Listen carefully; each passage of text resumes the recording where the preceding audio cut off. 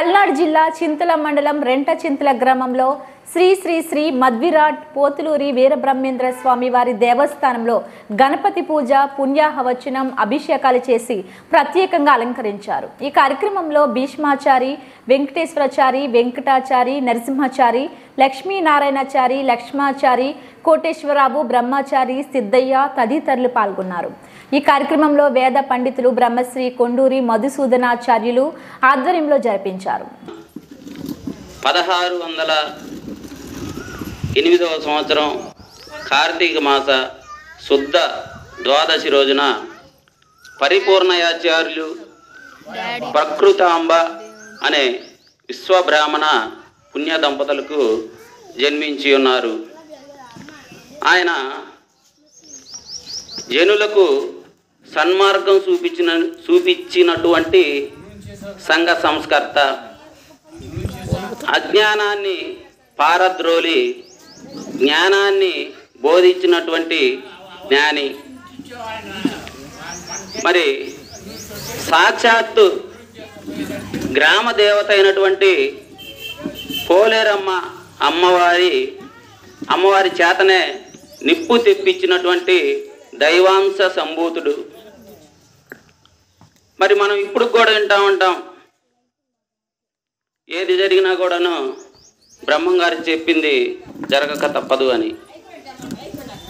రాబోయే కాలంలో జరగబోయేవి చెప్పినటువంటి కాలజ్ఞాని. మరి అంతటి వీరబ్రహ్మేంద్ర స్వామి వారి ఆరాధనా మహోత్సవం 1693వ సంవత్సరం వైశాఖ శుద్ధ దశమి రోజున ఆయన సజీవ సమాధి నిష్ట వహించి ఉన్నారు. అంతటి గొప్ప ఆరాధన మహోత్సవ కార్యక్రమాన్ని ఈ రోజున రెంటచింతల గ్రామంలో వేంచేసి ఉన్నటువంటి శ్రీ గోవిందమాంబ సమేత శ్రీ శ్రీ శ్రీ మధ్విరాట్ పోతులూరి వీరబ్రహ్మేంద్ర స్వాముల వారి దేవస్థానం నందు మరి స్వామివారి భక్తుల మధ్యన ఘనంగా జరుపుకోవటం చాలా సంతోషదాయకం. మరి ఈ యొక్క కార్యక్రమానికి సహాయ సహకారాలు అందించినటువంటి అందరికీ కూడాను స్వామివారి ఆశీస్సులు, అనుగ్రహం నిండుగా మెండుగా ఉండాలని కోరుకుంటూ జై శ్రీ మధ్విరాట్ పోతులూరి వీరబ్రహ్మేంద్ర స్వాముల వారికి వీరబ్రహ్మేంద్ర స్వాముల వారికి యో నమః. ఈరోజు మన రెండిహింతల మండలంలోని రెండిహింతల గ్రామంలోని వేయించేసి ఉన్న గోవిందమాంబ సమేత శ్రీ మధ్విరాట్ పోతులూరి వీరబ్రహ్మేంద్ర స్వామి వారి యొక్క ఆలయంలో ఈ యొక్క ఆరాధనా మహోత్సవం ఘనంగా జరుపుకున్నాము. గణపతి పూజ, పుణ్యావాచనం, అభిషేకాలతోని, పంచామృత అభిషేకాలతోని ఘనంగా జరుపుకున్నాము. ఈ మహాభాగ్యాన్ని ఈ రెండిహింతల గ్రామం ప్రజల మొత్తం కూడా వీక్షించి స్వామివారి యొక్క కృపా కటాక్షమును అందరూ పొందుతున్నారు. బ్రహ్మంగారి గురించి ఎంత చెప్పినా తొరిగే. బ్రహ్మంగారి గురించి ఈ భూప్రపంచం మీద ఎవరికీ తెలియనటువంటి వారు లేరు. బ్రహ్మంగారు భూత భవిష్యత్ వర్తమాన కాలాలను సమన్వయంగా చెప్పారు.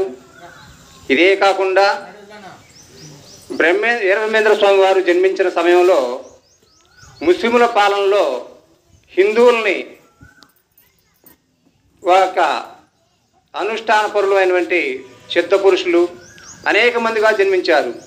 వారిలో మనకు ముఖ్యుడైన వారు ఈ బ్రహ్మేంద్ర స్వామి వారు. ఈ వీరబ్రహ్మేంద్ర స్వామి వారి యొక్క కులమత భేదాలకు అతీతంగా అందరూ సమానమేనంటూ అటు కక్కయ్యని, ఇటు సాధు సిద్ధయ్యని అనేక మంది కూడా శిష్యుల్ని చేసుకున్నారు. కడప నవాబు గారిని, కర్నూలు నవాబు గారిని ఈ యొక్క తమ శిష్యుడైనటువంటి సిద్ధయ్యని మీ గురువు గారిని యొక్క మాకు ఆహ్వానంగా పంపించి వాళ్ళ యొక్క ఆస్థానానికి పంపించి రమ్మన్నారు. అక్కడికి వెళ్ళిన తర్వాత నీటితోని దీపాలు వెలిగించారు. వాళ్ళు ముస్లింలు కాబట్టి మధుమాంసాలతో భోజనం ఏర్పాటు చేశారు, విందు. వాళ్ళ దృష్టిలో అది మహాన్ భోజనం, మనకి అది కరెక్ట్ కాదు. కాబట్టి స్వాములు వారు దాన్ని పంచభక్ష పరవాణాలుగా పండ్లుగా తయారు చేసి అందరు కూడా ముస్లింలందరికీ కూడా అక్కడ వచ్చిన భక్తులు మొత్తం కూడా పంచిచ్చారు. అది వాళ్ళకు నిదర్శనంగా చూసుకుని ఆ ముస్లింల వంటి కర్నూలు నవాబు గారు స్వామివారికి శిష్యుడైనారు. ఈ రోజుల్లో హైందవ మతం మనకి ఇక్కడ నిలబడిందంటే ఆ యొక్క వీరబ్రహ్మేంద్ర స్వామి వారి యొక్క అనుగ్రహ కటాక్షమే. లేకపోతే అనేక మతంగా హిందూ మతం అంతరించిపోతుంది. వారి యొక్క ఆశీస్సులతోని, అదే కాకుండా శంకరాచార్యులు వారు విశ్వబ్రాహ్మణుడు అయ్యండి ఈ యొక్క 4 పీఠాలను సృష్టించారు, 4 వేదాలుగా. అలాగనే మహానుభావులు ఎందరెందరో పుట్టారు హైందవ ధర్మం కోసం. ఈ యొక్క ధర్మం కోసం హైందవులే కాకుండా హైందవ ధర్మం కోసం పాటుపడిన వాళ్ళందరికీ కూడా ఒక నమస్కరించుకొని ఈ యొక్క కార్యక్రమాన్ని జరుపుకున్నటువంటి మన రణిహిందుల విశ్వబ్రాహ్మణులు తదితర అనేక భక్తులు కూడా వాళ్ళందరూ కూడా ధన్యవాదాలు తెలియజేసుకుంటూ ఈ అవకాశం ఇచ్చినందుకు కృతజ్ఞతలు తెలియజేసుకుని విరమించుకున్నాను. రెంటచింతల్లో వీరబ్రహ్మేంద్ర స్వామి వారి 331వ ఆరాధన మహోత్సవం ఘనంగా జరిగింది. ఈ కార్యక్రమానికి వస్తు రూపేణ, ధన రూపేణ కొంతమంది ఇచ్చి ఉన్నారు. అంతేకాకుండా ఉదయం 5:30కే వచ్చి దేవస్థాన ప్రాంగణం శుభ్రంగా లేకపోయినా అది ఎంతో చాలా కష్టపడి శుభ్రం చేసి ఉన్నారు. వారందరికీ ధన్యవాదాలు. అంతేకాకుండా స్వామివారికి ప్రసాదాలు, కొబ్బరికాయలు సమర్పించిన వారికి